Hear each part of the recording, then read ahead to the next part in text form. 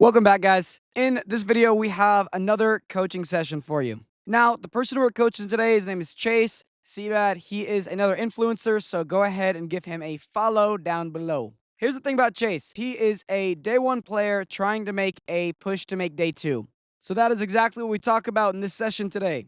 I also talk a little bit about Reg I, specifically how to optimize your team in a double restricted format. From there, I talk about how to improve your early game decision making. By the way, I do coaching, so if you like this kind of video, get a coaching down below. All right, guys, hope you enjoy the video. What's up, guys? I am joined here today with Chase, or Seabad. Recently, he reached out to me, filled out the coaching in the description, and he was pretty much just looking to fix a few key issues in his gameplay. So we briefly kind of chatted before this video started. Basically, what we're going to be focusing on today is I'm going to try to give Chase here some tips for maybe a system he can use in the future to optimize his team and start to scale it up with formats and create kind of a provable team that is basically pretty much confirmed to be good. From there, I'm going to talk a little bit about a potential system, like at least a mental method to approach early games, especially whenever you can't quite figure out how to visualize the matchups. And then from there, I'm going to help Chase kind of figure out how to go from day one to day two. So, Chase, the floor is yours right now. Do you have anything you want to say to the people, to me, before we kind of just dig right into it? No, I appreciate nothing out of the ordinary. I appreciate you having me. I appreciate everybody who's watching. Like and subscribe to VGC Corner on YouTube. But I'm really just looking forward to learning from somebody who knows the game better than I do. I've kept up to date on a lot of the information that you post on Twitter as far as use guides and some of the team building that you've posted on there as well. So I'm excited to get a little bit more in depth and focused on my strategies and game plan and really take it from there. Awesome, dude. Okay, so I suppose like first things we should probably focus on. I do know, like, very briefly, in the thing you filled out, you said it was easier for you to kind of understand Reg H, if I remember correctly, but you feel like restricted formats is kind of a learning curve, and probably this translates to team building, which is where I'm kind of going with this. So could you briefly talk with me about your experience in like previous regulations and why restricted formats maybe feels a little bit tougher to approach? Yeah, absolutely. So my first venture into just yeah, I guess VGC taking it seriously actually came up almost a year ago at the Indy Regional last year. It was the first regulation or the first major in Reg G. I sat down with Joe Ugarte and he was looking for other content creators who wanted to get into VGC. So I got some time on his stream where he built me a team that's surrounded around really like hyper offense Koraidon. That was fun. I really liked it. And some additional spots in Indianapolis opened up. So a friend and I just kind of drove down and did our best. My first major, I ended up going 4-5, and I felt like it was good. And from there, I wanted to kind of continue to scale. I felt some of the matchups that were a little bit easier for me to handle were weather based. Obviously, running a Koraidon team, if I was able to kind of play around those, I don't think I played too many Kyogres. So any Zama matchups, any Zacian matchups felt very good for that from that angle. Moving into Regulation H, I didn't attend NAIC or Worlds, and then moving into Regulation H, I attended the Baltimore Major, Louisville, and Toronto as well. Baltimore and Toronto were both 5-3 placements. Ran a very similar team at all three majors. It was Rain, Sneasler, Terrain. So Sneasler, Rillaboom, Pelipper, Archaludon, Basculegion. Then usually I think at every one of those there was a different sixth flex spot that I would try to bring and regain lost ground at the prior major, whatever I felt like was better there. So it was Clefairy, I think, in the first one. Louisville, I think, was a Corviknight, and then Toronto was Dragonite to help out with speed control, is that fun loaded dice set that everybody was running there. I felt in Regulation H it was a lot easier to identify leads on team preview. I felt much more comfortable understanding my lines right out the gate, whereas in single restricted formats, I felt like I feel like there's so many possibilities with the expanded Pokemon pool. You know, we've got a lot of all the Paradox Mons are back out. A lot of the legendaries, the Ogrepons, the Urshifus, things along those lines. So I feel like there's more lead combinations that just from lack of experience, I haven't felt as comfortable going into. Going into Atlanta was my second regional in the restricted format, and I actually felt very comfortable going into Atlanta with that team. It was a almost an offshoot of the Arubega team with Tailroom, Miraidon, Ursaluna, things along those lines. Felt really good going into it. Absolutely just dropped the ball. I could not find my footing in a lot of games. I ended up dropping 2 and 4 and was feeling pretty defeated. So now that we're going into a double restricted format, I don't feel like that is going to get easier. In fact, I feel like it's going to be more challenging just trying to understand where to find my footing off rip and really take it from there. I think once the battle starts, I've got the ability to make good reads. I've been a singles player for a very long time, so I can make that kind of I think I've heard you put it like a tier 1, a tier 2 and a tier 3 player. I can make a lot of common tier 2, level reads very confidently.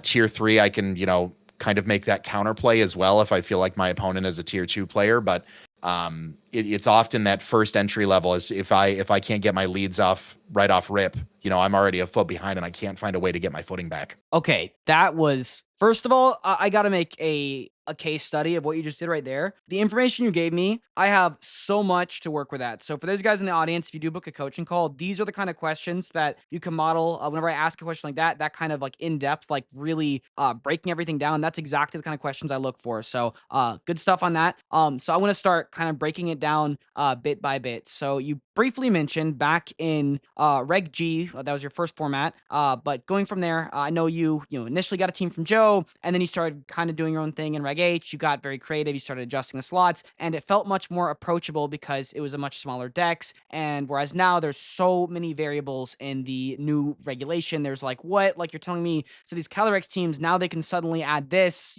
restricted onto their team, and it becomes a completely different team. Like I totally get that. So I want to briefly give you some insight as someone who top cut the previous double restricted format in Worlds. I can give you a little bit of insight from double restricted as a format. So first things first. In my opinion, it's actually less complex than regional decks, and the reason why is because with regional decks, there's ironically more you have to cover for. Like it's like you'd think, right? Like what do you mean? Like there's more? Like there's technically less because less like, objectively there's less in the Pokedex and not available Pokedex because the restrictors aren't there. But the difference is each restricted offers an anchoring piece of gameplay that different lines, different trees will start to be built around. So, for example, let's just say if you looked at Groudon, Miraidon, it's like let's just say those were a foundational core piece in the metagame. It's not quite there yet because it hasn't had results. We haven't had enough data to get any tournaments, to figure out those archetypes.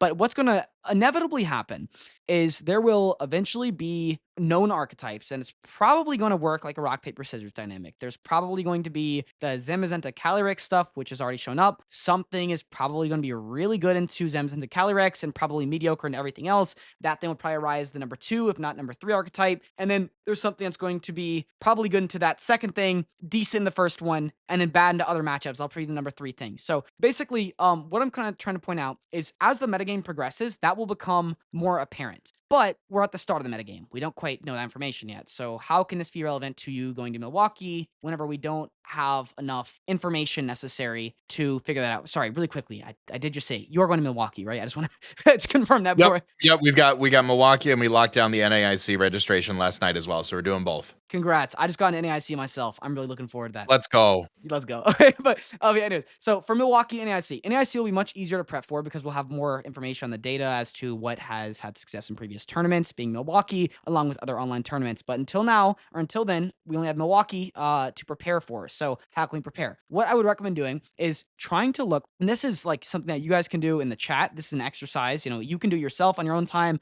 or you can hire me to do this because I do this with people for coaching. This is what people pay me for. But basically, pretty much what the exercise I would recommend you do, and I'd personally recommend everyone does it themselves. It's like so you guys can actually get the information and do this once, so you at least know how to do it. Basically, the exercise is look at all the tournaments that have happened in the current regulations. So what I would do is any relevant ones. Maybe there's a few really big limitless ones. Maybe there's a few Victory Road ones. Maybe there's a few grassroots on like tournaments that had good turnovers in terms of the quality of players. Whatever, find those. And basically you find those tournaments and then you create a mini document of each restricted. So you try to separate them. So you could just try to get a whole just directory of Zamazenta Calyrex pace. You get a whole directory of Miraidon Groudon, and you can sort them by the most common ones to the least common ones. That way you can start pinpointing where the meta is currently headed. And then from there, if you have them all, conveniently in front of you, all you gotta do is it doesn't take, like a total genius to just sit down, look at 8 of the pace and just cycle between them and just try to look for like one pattern that connects them all together. Like, they all have a dark type. Oh, that's probably because why do they have a dark? Try to think about why they have it, and you can start to understand the theory of it. But that, in my opinion, is something you can do, which is not actually playing, but it's just a practical thing you can do to like improve your exposure and understanding of double restricted formats.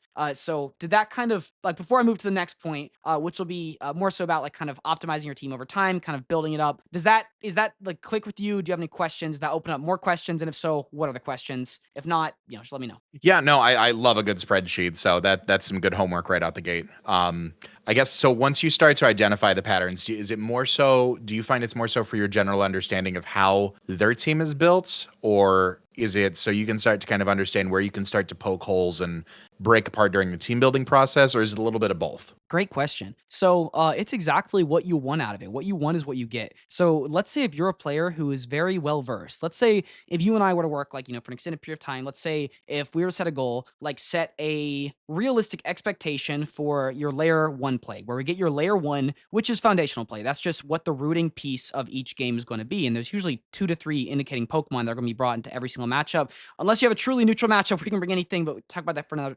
Anyways, point is, usually in every matchup, there's going to be a few anchoring pieces. And however you use the data is up to you. If you have a very specific team you're trying to break the meta with, boom, you have the whole list of resources available for you of which teams to specifically break to make sure you have a good matchup into them. Let's say if you're a player that is very well versed, has great fundamental skills, who can pick up more or less any team, and you just want to make a good meta call. Well, there you go. You have the whole list of teams you can see, and you can pick one that has a fair matchup spread into everything and just copy that team, use that team. Well, maybe you're trying to optimize your team. You're trying to figure out very specific lines to see if you can break something, in which case you could take one of those teams. You can get creative with it. Like I can come up with a million different use cases. It's what exactly like you want out of that that data. That's up to you. That's a creative exercise in my opinion. You could spin the wheel a million different ways. Okay, no, I appreciate that. Thank you. Yeah, of course. Okay, cool. So we got that. Now, I'm gonna briefly touch on team optimization. I'm gonna kind of teach you how I build my teams. I'll give you just like the underlying framework as to how I build my kind of teams, and then from there, how I scale my teams up with time. So, specifically, this is only gonna be applicable to double restricted formats. By the way, this is what I have kind of a method for building double restricted teams. So yeah, I guess I'll kind of get into that.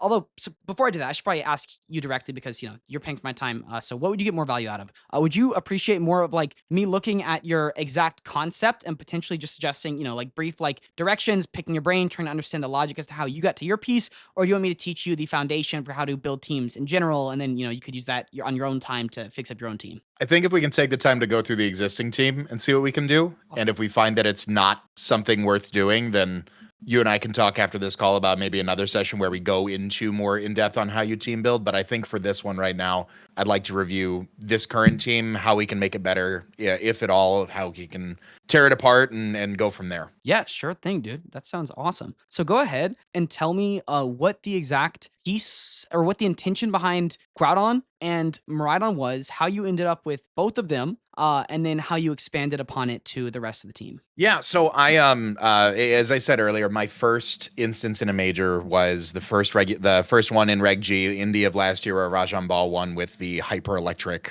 Miraidon. I don't know if it's biased because that was my first one. I don't know if it's because I just think it's a really great offensive typing if they don't have the proper checks to it, but I really wanted to lean into that. And there weren't too many like supporting ground types that I felt dealt well with it in single restricted, so I didn't run it in Atlanta, but with the addition of double restricted, I felt like finding something that could pair really nicely with just spamming discharge, with just providing some additional team support, I felt would be really nice. I think terrain and weather is always a good way.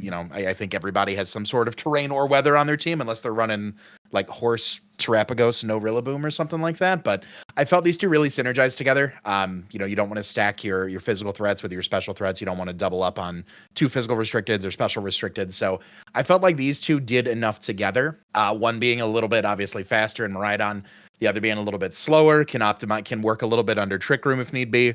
Being able to set up the Sun for some Paradox Mons, being able to set up the Electric Terrain for the other Paradox Mons.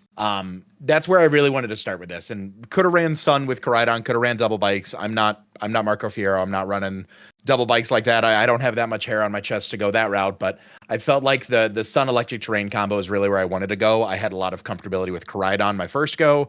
I found a lot of comfortability with Miraidon my second go. Why not kind of run both of that synergy a little bit together and just tweak it a bit? So started with those two. I really like the concept of Tail Room. I wanted to get slow Trick Room support, and then I wanted to get Tailwind support. I felt Iron Jugulus was a good fit on there. Gets the Quark Drive Electric Terrain boost, pops up, is able to toss up a Tailwind. Air Slash and Snarl have been really fun, good spread moves. Able to get your drops on your Cali Shadows, able to hit your Ogre Pawns, your Whimsicott super effectively with Air Slash, fast taunt user that doesn't get blocked by Psychic Terrain. Fluttermane does Fluttermane things, best mount in the format for a long time for a lot of reasons. Focus Sash just for a little bit of longevity, hits very hard with Terra Fairy Moonblast. Ogre Pawn Hearthflame, this is the defensive set that the Tangs ran, I believe, at San Antonio. Yep. Really liked this just as overall support. I felt like the Sun really helped to amp up the power, even though it is very defensive. That Sun boost into the Ivy Cudgel is going to be great. Has redirection support for getting up Tailwind with Jugulus. Has redirection support for Trick Room with Farigiraf, things along those lines. And then lastly, Farigiraf I think is just a good core piece. Mitigates fake outs. Sucker punches, grassy glides in terrain, things along those lines. Electric seed boost when this thing has the defense boost, just kind of really hard to kill unless you hit it very hard super effectively. Foul play and psychic is great. The helping hand support is fantastic. And that's really how the team came about. I think the only one that I didn't touch on was Groudon. Groudon, I think, is standard, more or less. Just very bulky, hitting the second attack bump or the second bump in attack for the nature. It hits Enough 112 speed. Calyrex. Yep, hits 112 speed to hit the Calyrex and Tail Room, and then Tailwind, and then the rest in bulk, just to make the most out of those EVs. No, that is awesome, my man. I love all of this stuff. The only thing I would maybe consider is less BDF, more attack on Groudon. But that's because I'm an attack fiend. I love hitting hard. that's personal preference. No, absolutely. But then again, you already got that modest Terra Electric Miraidon to kind of capitalize on offense. So I think you might be fine in that regard. One thing I would consider maybe is Terra Ground on Farigiraf, just because you can do like that Terra Ground stuff with the electric, keep the discharge spam. I gotta say, this is like you did something which I was going to teach on in like my mini lecture, which I'm very glad you highlighted naturally, is the starting piece of your team was the synergy between these two individual restricted Pokemon. And that was huge because a lot of people will just build stuff because it's popular. Like, for example, they're like, oh, okay, Zamazenta and Shadow Rider, it's popular. Like, well, think about, why it is popular. It's because fighting type is very good synergy, offensive synergy with Shadow Rider, and Zamazenta itself is a steel type, which you can switch in on dark type moves. It's not weak to fairy, so, you can have that kind of like at least offense into Fluttermane with a heavy slam. Point is, all I'm getting at is you started with a clear board in mind, which is where you click discharge next to Groudon. And, as if it works or not, that's what the rest of the team will decide. But I love that you started with a very clear and impactful decision for the start of your team. So that was really good stuff. I like the direction you took as well. I like the value Fluttermane and Ogre Pawn offer, just being good pieces. You have that consistency of locking in with 4 Pokemon that are just very oppressive and just very strong and solid. And I like that you added a Tail Room option. The only thing I can think of that might be a bit annoying could maybe be something along the lines of if you go with Iron Jugulus, you're forced to go with Miraidon, and you're kind of pigeonholed into leading with that. If you want to play a Tailwind Mirror, it's like, unfortunately, you're not going to be able to get your booster energy. That's something you might want to consider. Maybe more bulk on Iron Jugulus could be kind of cool as well because you have Snarl, so you could really sit there and wall those special attacking boards. So you're not like all on offense. So maybe you could even go a priority Tailwind setter such as Tornadus or Whimsicott, but that's a little tiny nitpicky details. Overall, I like the core. So I guess my next question for you is, number one, how has this been performing in practice? Like, where do you lie on Pokemon Showdown? And then number two, what has the weakest link of the team been? Is it okay to say me is the weakest link? Oh, okay. Yeah, of course. So go into more detail on that. So I feel like so jokes aside, performance on the ladder overall, I think I did a clean account for this one, and I was sitting around 1200s on best of 3 ladder, so I'd probably 15 or so wins under the belt as far as to get up there. Best of 1 ladder, probably somewhere in the 1300s, 1400s at this point, if I had to double check on that. As far as areas where I've come up short, I find that just generally faster teams are giving me a little bit of trouble. And that's maybe where Jugulus comes out of the builder and something like Whimsicott or Tornadus goes in. Because if that Pranks or Tailwind goes up before Booster Energy Tailwind, their restricted goes a little bit faster. I have to either hope that I eat the hit, I Terra to, resist the hit or not just take super effective damage from it, or I'm immediately on the back foot. So I feel that if I can't identify which mode of speed that they want to run first out the gate, if I, lead Jug Maridon and they lead Whimsicott, Zacian, it back foot immediately. Right. But if I lead, Farigiraf Maridon and try to counter maybe a Trick Room, they drop a Glacial Lance onto me or something like that. They do something where they didn't go for the Trick Room. I went for the Trick Room. I get the speed disadvantage there. So I feel like the weakest link, to your point, might be Jug. I really like what it offers. But other than that, I think it's my own inability to just find solid footing looking at that matchup, because I think the pieces can all do their own respective things. Right. I think Jug has good value in what it provides as far as the air slashes and the snarls go, being able to just either weaken, with the special attack drops, whether it's taunting things like Indeedian terrain, something like that, to prevent any more follow me's or trick rooms or something like that. But that's kind of where I'm at. I feel like that was a little rambly, but that's about where I'm at right now. No, I totally think I got everything. So I'm going to briefly suggest just some immediate team fixes for this. And then after the immediate fixes, I'll start laying down a foundation you can use to optimize the team just by yourself on your own time as you practice, and you can like make it slightly better. Does that sound like a good direction to go in? Sounds good to me. Perfect. Okay, so immediate fixes, I would say, is just that immediate speed control. Because like yeah, we have Icy and Fluttermane, which is pretty fast. And yeah, we have Iron Jugulus, which can set Tailwind, but obviously, non-prankster Tailwind usually loses to prankster Tailwind. That's just kind of like a law of the land, unfortunately. So I Yep. was thinking that we could potentially, upgrade that to a Whimsy or a Tornadus, or alternatively, we could go Booster Energy on Jugulus and go a little bit bulkier to survive very specific attacks that we can tech out to basically allow this thing to be a bulky tailwind setter, so we can punish opposing tailwind. This is what it would kind of look like in my head. Let's just say if they lead Tornadus or Shifu, maybe we can live like a Terra Water Surging Strikes, for instance. So if they Terra Water and they click Tailwind, boom, we live their Terra Water Surging Strikes, match their Tailwind, and suddenly we're not in a bad position next turn. Whereas if we get O-Code because we don't have any bulk, that could be bad. That's just an example of something you could do over time. But basically, Booster is cool because it doesn't force you to lead with Maridon. And what's even cooler is with boosters, you can actually switch Jugulus in and out, because if you lead with Maridon Jugulus, you just don't activate your boosters. You can keep it for later. Or vice versa. If you Right. use your booster and need to switch out, as long as you have, your electric terrain up, then you get your booster back. No, I think that could be an option. I think that I think yeah, I think that could be a way to go. I do like Wims. I brought Wims on the Atlanta team. There's the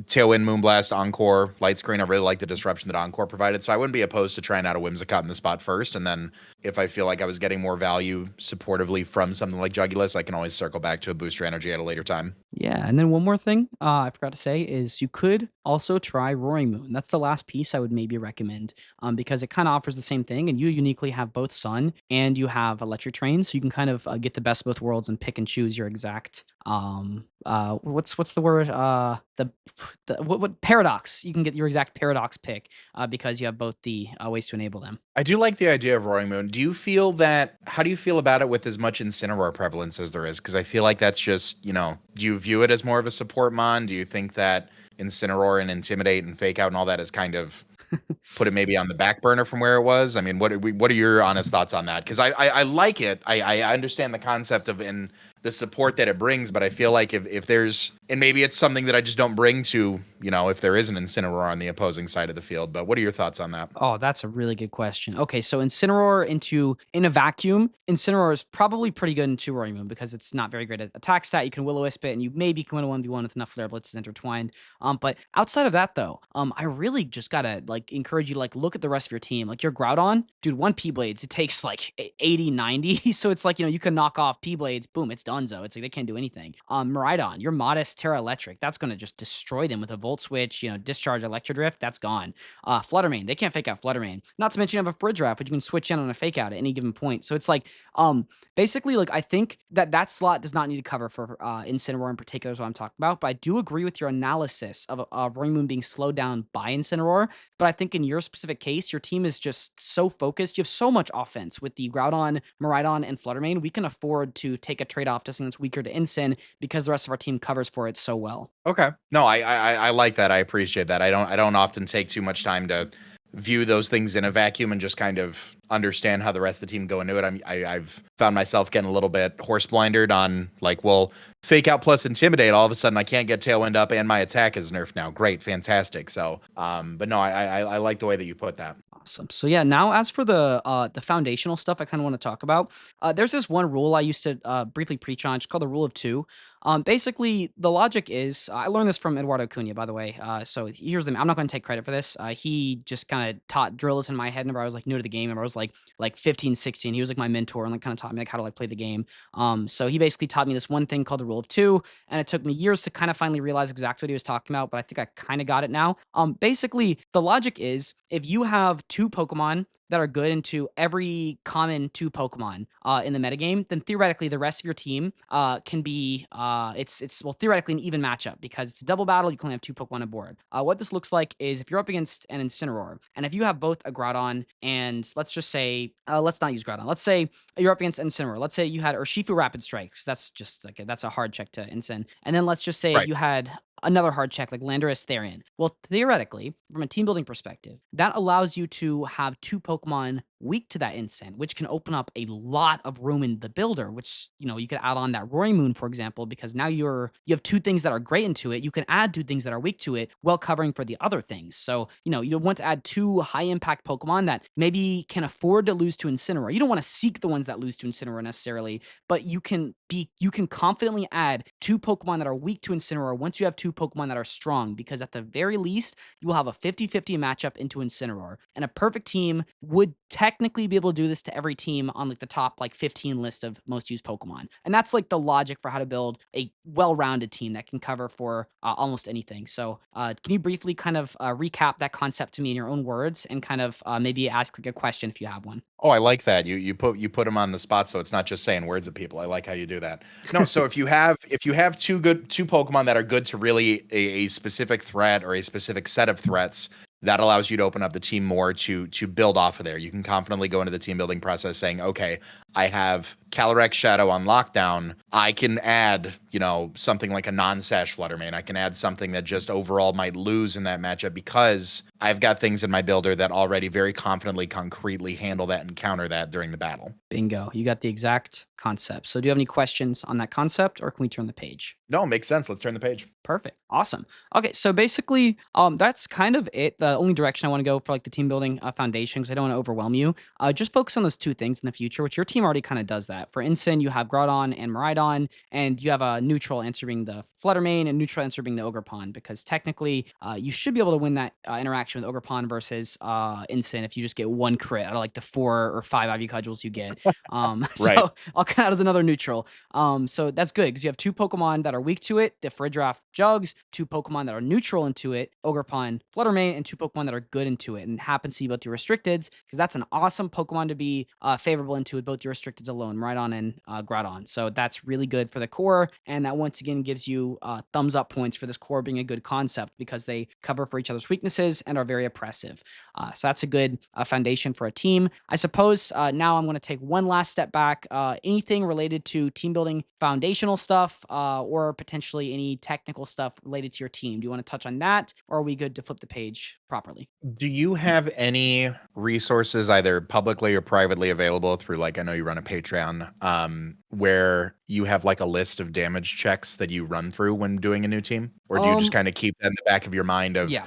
okay, I know I'm going to, a Terra Water or Shifu, I'm going to run into this. Let's just run a few calcs and see that as an example. So that's a good resource. If you feel like that could like actually like give you some kind of value, I could maybe make an offer with something like that, or maybe I could just put it in my Discord. But quite frankly, it's not really that much like work. It's like what I do. I'll give you the exact framework for like how I operate and how I pick these moves. All I do is go to munchstats.com, which I'll send you the website. And I just sort by the current regulations. So we're in Reg I, obviously. Then I just look for like the strongest offensive options that are the most popular. So I'd look at Reg I, I'd say, okay, Shadow Rider at 32% usage. I click that and I'd see what Sash the most or what option the most common one is. Oh, Life Orb. Okay, what's the most common spread? They don't quite have spreads yet in this website because it's still very new. But pretty much what you do is like you look at Life Orb Calyrex being the most popular. So I calc into Life Orb Calyrex, see if I can get any cool calcs with that. If I hit that and I still have extra EVs, then I'll start going down. Like, okay, so on the special defense side, I know I can live that. What about on the defensive side? Can I live anything cool? What about a Zamazenta body press? So I could live, Astral Brush or a body press, forcing them to click one or the other into me. And then, I'd go down there. But generally, my framework is if you are using an offensive mon, such as Groudon, Rhydon, offense always comes first. Get your KOs. Because if you miss a KO, you'll feel that more than the defensive ones. I can promise you that. Because like you'll be like, okay, I just got to get this kill. And then, you're super fat, obese Groudon just barely misses a kill because like you only give it 74, 76 EVs in attack. And you're like, oh man, this feels really bad. Like, just so for Pokemon that need kills, always prioritize offense. Offense first, then speed, because you want to hit fast, hit hard on your offensive guys, and then go to defense. But on defensive Pokemon, such as Incineroar, such as Farigiraf, or in your case, the way you're playing Ogerpon, I would focus on defense first, speed second, and then offense last. So that's basically the general kind of framework I do is just go through the top list and then just do calcs just bit by bit. Just usually I just kind of have a mental map as to the metagame. So I use the usage stats to map it out, and I just go down. Shadow Rider, check a calc into that. Or Shifu, check a calc into that. Miraidon, so on and so forth. Makes sense to me. Perfect. All right, and then yeah, I try to just confirm. So like yeah, that like actually made sense. Like you got everything. Like do you have Yep. any other Nope. That, questions or? that, nope. I am good to turn the page away from the team building. Okay, perfect. Got it. Sounds good. Okay, so we briefly mentioned about game ones. You said that you feel really confident whenever you adjust, like going into like games 2 and 3, once you get an awareness of the matchup. But it's just the game one matchups that you're kind of struggling on. So can you briefly kind of cap me, or I guess inform me as to what exactly you mean by that and where you're currently at right now? Like, what's the biggest struggle? Yeah, so I think when it comes to being able to clinch game threes and things along those lines, I think that I have enough of a analytical mind that when I lose a game one, I can point out maybe 2 to 3 things I could have done differently right on the fly and make those immediate knee-jerk adjustments. If I'm able to take that game two, that might throw my opponent kind of off of their edge after winning game one, puts them into maybe a more conservative position game three. They're trying to play a little bit more safer. Maybe I can take advantage of that. So if there was a issue with speed control in game one, how did that go south? Did I fail to get Tailwind up? Did I fail to prevent Trick Room from going up? How did that work, and how can I do better immediately off rip? I try to look into that and see what I can do there.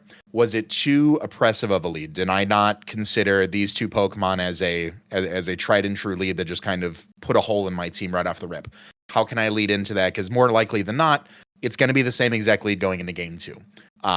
From there, going into game three, I kind of take a look and do a step back and see, okay, this lead in game two did well. How do I think they'll react to it? And I try to I try to play a little bit more aggressively and make that read, as opposed to saying, well, this worked game two, let's just do it again game three. They've already taken one off of me. I can't afford to play the exact same way that I just did to win that. I need to evolve ahead of that and try to plan against their lead now that they've seen that I have the ability to adjust. Gotcha. Okay. So pretty much from what I'm getting, just from the basic gist of it, is whenever you kind of go into game one, you kind of just try to find something that, maybe sticks, but most of the time it doesn't really kind of go that way. But then whenever you kind of get your footing in the matchup, it seems like you understand like the layering system, where it's like the whole thinking in terms of like layers, where it's like, okay, I know that they know, and then now you have to figure out if they know that that kind of thing. Like it seems like you kind of got that, more or less down, which is good for the mental for like framework of it. But like sorry, I guess just like specifically about like game ones, you just mind like briefly like recapping that, like just like the part about like only game ones, because like we got the good part, which is that you're good at adjusting, but I just want to make sure I can highlight the exact problem point in game one. Yeah, that's exactly it. It's being able to, if I can't find that solid footing right off rip, if there is a set of leads, let me pull up here. I had sent over a replay here, and I'll speak a little bit more accurately to it. Sure thing. I'll pull it up. So I'm taking a look like right off of rip. This is game one in a best of three. They led Whimsicott Chiyu. I don't know if it was what I could have done differently to really avoid that lead. They're able to get speed control up immediately. They're able to poke just a gigantic hole in, I led Groudon. I gave Chiyu Sun. That's on me. I don't say, well, maybe I could have. I gave them a damage boost on their Chiyu. I was doing it so I could activate my Flutter Mane, but in the same speed.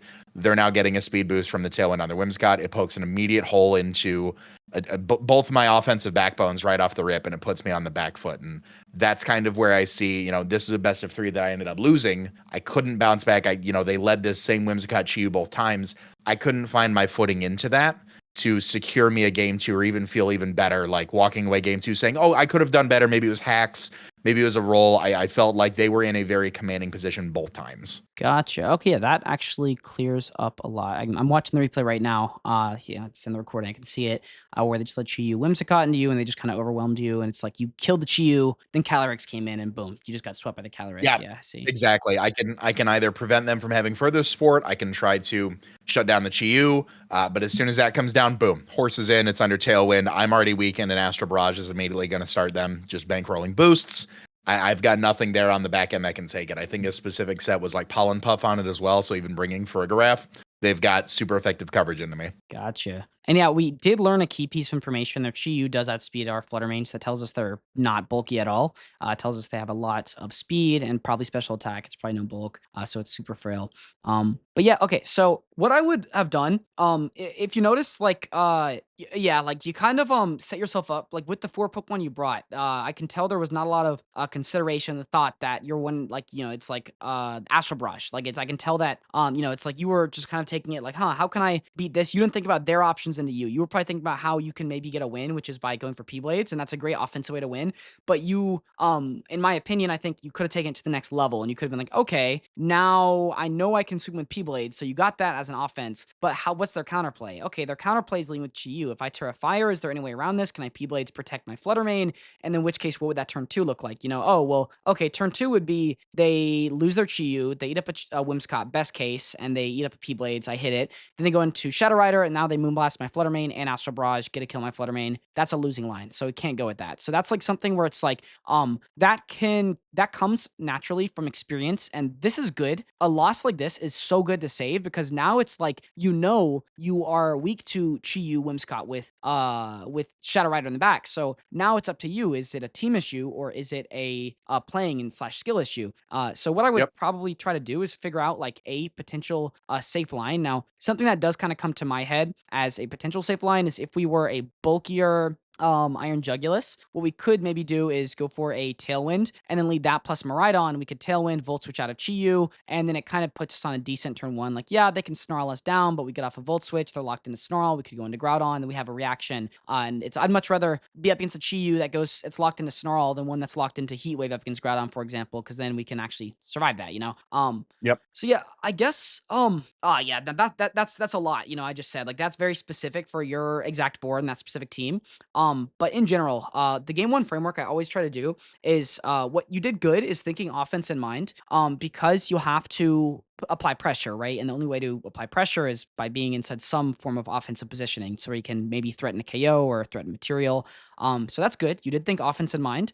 But to take it to the next level is to understand the opponent's reaction to your offense and then try to proactively cover that. So you got it down to, yes, P-Blades can sweep them. Great identification, great start. But we just got to build an extra layer. So what's their counter? Their counter is sweeping a Shadow Rider. How can I actively prevent a Shadow Rider sweep? Okay, I can get up Tailwind. I can keep my Focus Sash on Flutter Mane. That was the main thing is here is you lost Focus Sash because now you're just in check for Astral Barrage for the rest of the game. Yep. But yeah, so it's just like in team preview. I think going into it, my thought process was if it was my choice of plays there. Like, yes, hindsight 2020, absolutely. P-Blade Protect wins me that exchange right off rip.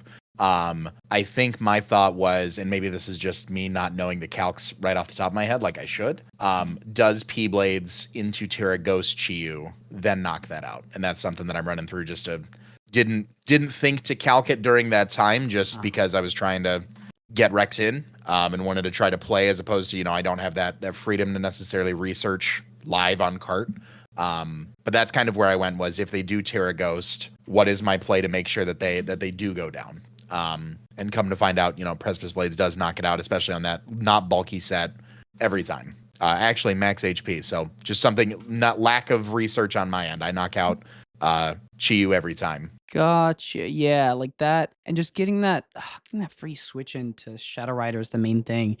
So we would theoretically have to actively prevent a tailwind board. So this would come from just like kind of knowing your team and knowing like this comes from like meta awareness, which I'll kind of I'll get into like how do like my team previews. Like I'll be more help here because I'm kind of like trying to like understand like this exact like board. I'll close out of this so I'm not focused on the Pokemon game individually. But basically okay, so from like a general perspective, for like team preview, there's like two parts of it, right? There's like the kind of just running in and guessing in a matchup you're unfamiliar with. I call that the autopilot mode. And then there is the more well thought out game plan, which can only come from research of that specific matchup, which is usually from saving replays and analyzing the replays to know your opponent's options so you can actively deny it. I think going to a tournament, you want to have research done. Because ideally, it's like you don't want to go to a tournament without knowing what your matchup and right on is, because then you're like, if you guess your matchup and right on the fly, good luck, my man. Like Yeah. that's hard. That's really hard. Yeah.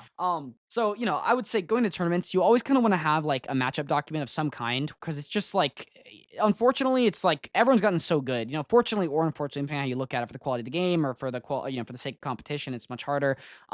So that's kind of like, in my opinion, of making day two, that's the bare minimum, is you kind of gotta know your matchups ahead of time.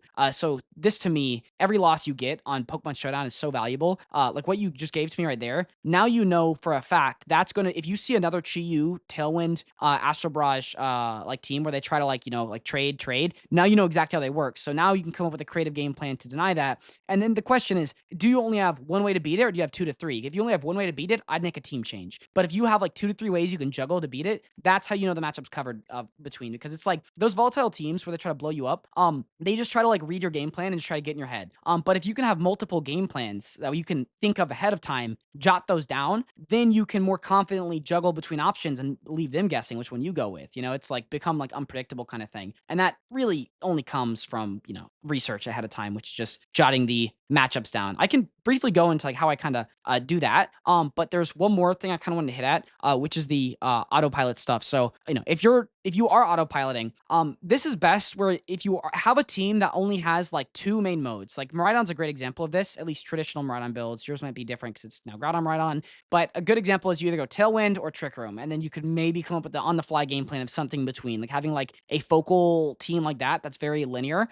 That can be good because once you know all your only options you can go with, you can juggle them better. It's because then you'll know this option's for this option's for that, and then you just pick one and go with it. And you don't technically need to match up stuff with that if you're really good with your team, but that can only come from like using the same team for multiple weeks and just like grinding it, and you kind of just have a crazy feel. And the team needs to be very solid on the linear vertical. It's like if you have a team that's linear but is not very good, then you're just gonna be exploited every time. But if you have a dang good linear team, then it's all about UV the opponent, because there's kind of 2 ways to play the game. There's UV the game and there's UV the opponent. If you're playing more of like a flexible team, then you're on the fly and you can kind of come up with a game plan. And that's where I like with balance teams, I recommend doing matchup sheets ahead of time. But if you're using more of a linear team, just getting an intuitive feel is the number one most important thing, because a lot of your game plans will just be going with your gut, I think. I like that. I was digesting it. That was a lot right there, but no, I like that a lot. I think that makes a lot of sense. Totally was a lot. So let's kind of break it down. So we'll put you on the spot again. Let's do another recap, just because I did say a bunch of information. So let's break it down to its bare essentials. So what was the main thing that I said that stuck out with you, and how can you apply that main thing to your next game? So I think with this one having necessarily multiple modes on there, to your point, there can be Farigiraf Miraidon, there can be, Jugulus, Whimsicott, Roaring Moon Miraidon, something like that to get on there. There's different modes. It's important to understand into that, which based on your matchup and just consistently being able to put out and understand those matchups. It's about getting that experience and how can I apply it? How can I apply the 5 games that I did today into a regional in 2 weeks from now? How can I apply something that I just learned game 1 of a regional into, round 4, something along those lines? It's just being able to better interpret your matchups and understand which of those modes to bring into it. Yeah, and yeah, you got it. And then I'm going to build one more thing on that, is if every matchup feels like you're making a Rube Goldberg machine just for, every matchup where it's like, oh, I have to do this, then this, and that, it's probably not the best team. I would try to find something that's just simpler. If you feel That's like a you have 10 to out of go 10 through reference. That is gymnastics. That is good. No, I agree with that. I think if you have to do X to Y to Z just to get a kill, like Yeah. there's a simpler way to get to your KOs round one. Yeah, you got it. Okay, perfect. All right, so that's that. So for the rest of our time, I was thinking I could briefly talk about like day two. I think what the difference between day one players and day two. So if you're ready for that, we can go into it. Otherwise, we can continue with what we're currently on and just you're the captain, so tell us where we're going. Yeah, let's hop into it. I'd love to, I've been able to pick the brain of a lot of players, like how do you approach day one, but I haven't bridged that gap yet. So I haven't thought about asking people about, hey, what do you feel is the big difference? So I'd certainly love to hear your take on that. Gotcha. Okay. So the biggest difference between day one and day two is day one, players play safe. Day two, players play to win. You'll find people at the bottom tables that are playing with their heart out because that's just how they play. It just wasn't their day. And you'll find people at the top tables going for plays that on paper make no sense, but they were just calling an exact play. So that's the biggest difference between day one and day two players. Is day one players play to not lose. Day two players play to win. So basically, it's up to you during your day one run when you want to turn that gear on, because inevitably in the tournament, if you keep on winning with your playing not to lose, you'll eventually meet a guy who's playing to win, and you need to keep up with their tempo, and then you need to not let them win, basically. So whenever I say playing to win versus playing to not lose, what is an example maybe that could come to your head in terms of either a board or maybe it's like a mentality of someone who's playing to win versus playing to not lose? I think somebody who plays to win comes to the table with experience. I think they understand, one of the common themes has been understanding lines in the matchup and understanding, getting a good analysis of team preview, which I really enjoyed the session that you had uploaded about team preview. That was really insightful. I think it's people who come to the table with that experience, that insight, and don't need to necessarily make those considerations game one. I think it is something that people come to the table, they see, Kelly Shadow Zama. Great. I have this matchup I can play this in my sleep. I know, not to autopilot, but they're comfortable enough in that matchup, or they understand at least common themes into that matchup that allow them to maybe pick up an early KO, within the first few turns, and really just kind of turn it on its head. The double restricted games are much shorter with the amount of power that's available. So being able to pick up 1 or 2 KOs in the first 1 to 3 turns, I mean, is what I think of. Maybe not necessarily like hyper offensive or aggressive from a more technical standpoint, but just methodically being more aggressive, knowing that, okay, I need to get my speed control first. I need to, set this piece in motion so that way my restricted can just start to fly through their team. Something along those lines is what I think of. I think a day one player is maybe trying to react a little too much, which is something that hindsight, when you ask these analytical questions, I think that I've done before.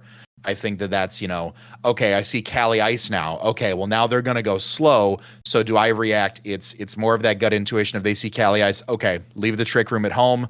I'm going to play under Tailwind. Like I'm going to deny. I know how to deny Trick Room in this matchup. I think it's confidence and experience really that would separate it. You got it. It's exactly that, confidence and experience. And in order to get experience, that can only come from getting the absolute, basically getting your butt handed to you in Pokemon Showdown games, pretty much. You get the losses out of the way there, but make sure you're not losing enough to where it destroys your confidence. Every loss genuinely does have something you can learn. Even if it feels like you got absolutely slaughtered on turn one, there was probably one input you could have clicked. And if you can reverse engineer that input and then furthermore combine a thought process as to how you could think that way in the future, then you got a fruit from it and you learned something from that loss, and it was worth the loss, worth the elo hit, in my opinion. So yeah, good thinking. So my question for you is, going now into Milwaukee, how are we going to approach this one different than the previous regionals, knowing what we know now, to try to aim for day two as our goal? For me,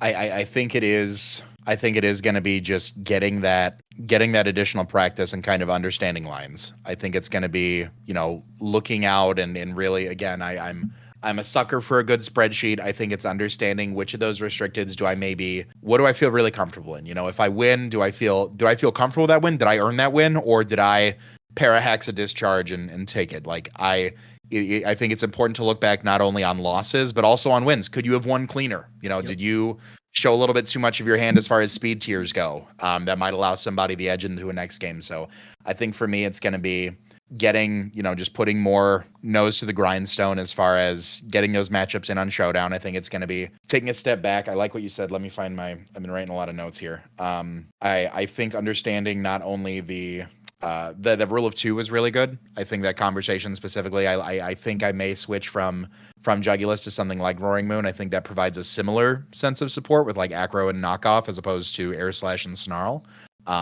So I think just kind of looking at maybe other key pieces that can fit in as a supporting cast member would be beneficial. But understanding that rule of two, I think, is good. And just starting to get a little bit more comfortable, just because single restricted was a little bit of a hurdle for me. I had my worst major performance ever. I don't like to drop, but I did just because it was really a defeating day in Atlanta.